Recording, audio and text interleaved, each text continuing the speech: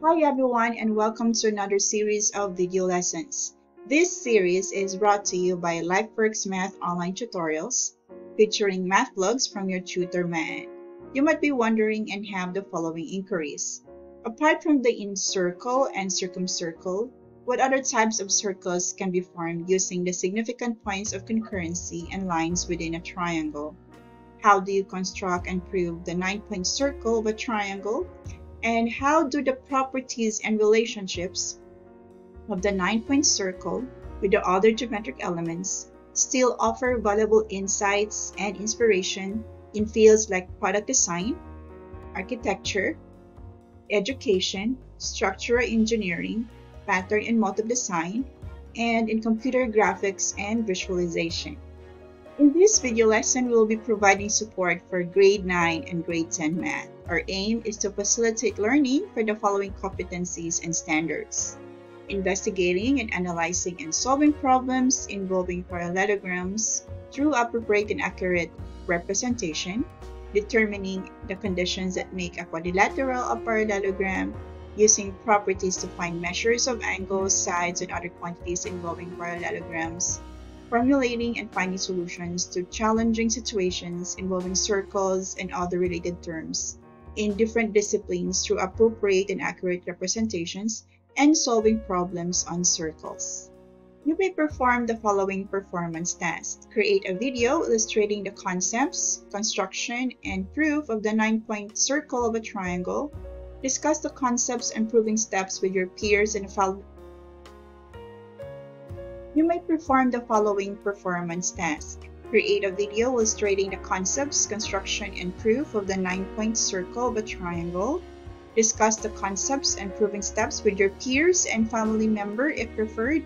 And after doing so, you may compose a reflective essay that emphasizes the practical implementation of mathematical and presentation skills in your everyday responsibilities and overall well-being. During the early 1800s, Poncelet, Feuerbach, and other researchers demonstrated that within any triangle, like triangle ABC, the following 9 points form a cyclic pattern. So all of these blue 9 points. So we have the midpoint of each triangle side. So we have midpoint D, midpoint F, and midpoint E. And we also have the base point of each altitude. So we have point G at the foot of altitude CG.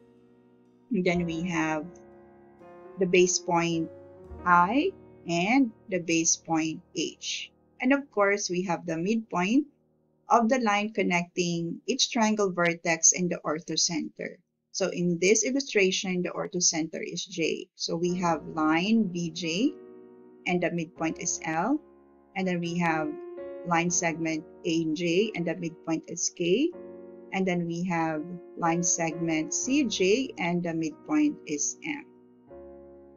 In other words, these 9 points reside on a single circle. Additionally, they reveal that the center of this 9-point circle, which is point N, lies on the Euler line. So in this illustration, the 9-point center is point P, and it is between the orthocenter H and the circumcenter G. Again, the 9-point center P is the midpoint of the Euler line. So it is a midpoint between the orthocenter H and the circumcenter G. Now let's proceed to create the illustration for the proof of the 9-point circle. So first, we're going to create an acute triangle using the polygon functionality. So we have acute triangle ABC. Next, we're going to mark the midpoints. So next, we're going to mark the midpoints as D, E, and F by clicking on the midpoint for center functionality and clicking on each side. So we have midpoint D, midpoint E, and midpoint F. Now we're going to draw the altitudes of the triangle by clicking on the perpendicular line functionality, and then click on each side, and finally click on the opposite vertex. This, and then we can adjust the triangle.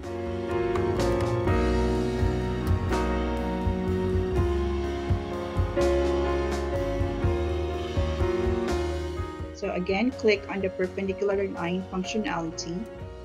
Again, click on the perpendicular line functionality, and then the base, BC, and then the opposite vertex A.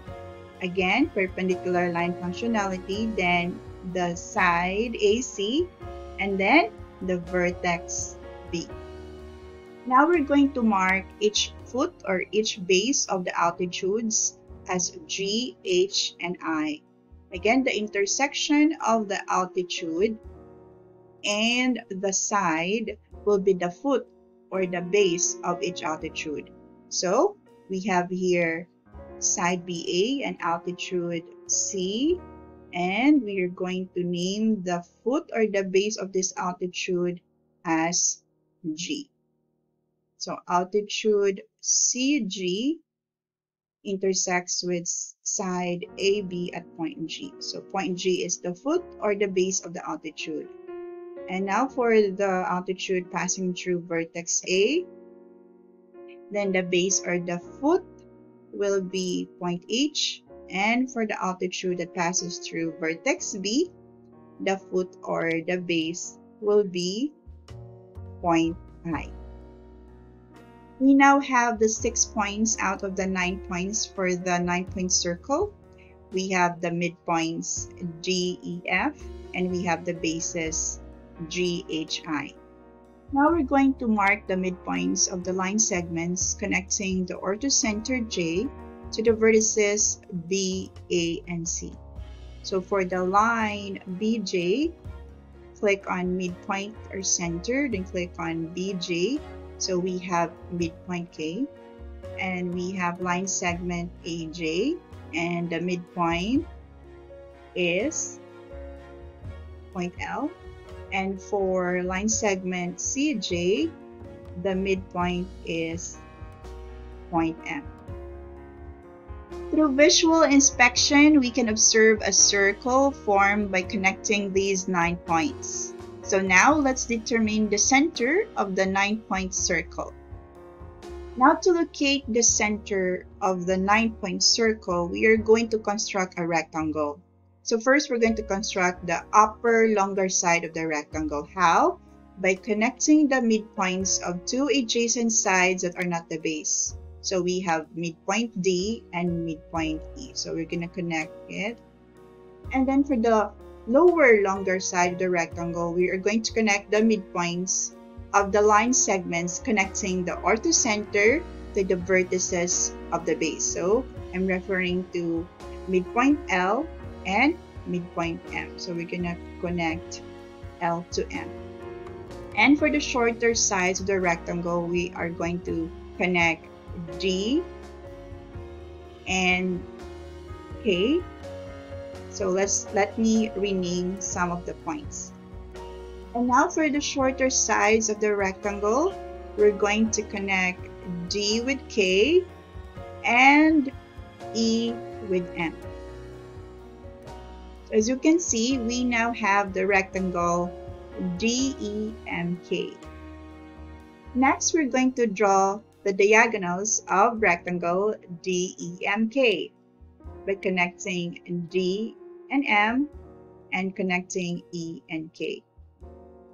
Alright, and the intersection of these two diagonals will be point N, and point N is the 9-point center. So just click on circle with center, click on N, and any of the 9 points. So we now have our 9-point circle for the proof.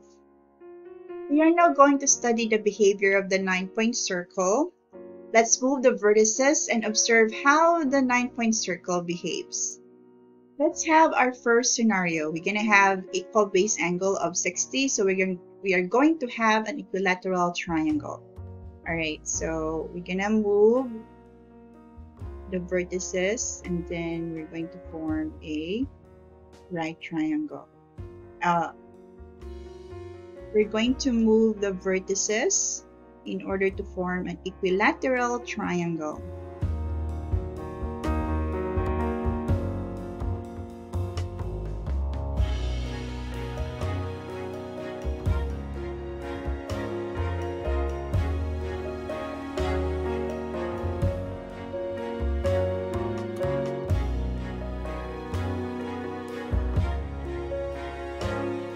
Something like this. So as the triangle forms an equilateral triangle, we cannot really visualize all of the 9 points. So there's an illusion that we only have 1, 2, 3, 4, 5, 6 points here, right? Because some of the points overlap each other. And here's our second scenario. We are going to have an equal base angle of 45 degrees, meaning we're going to have a right triangle. So let's do that. We are going to move the vertices and form a right triangle.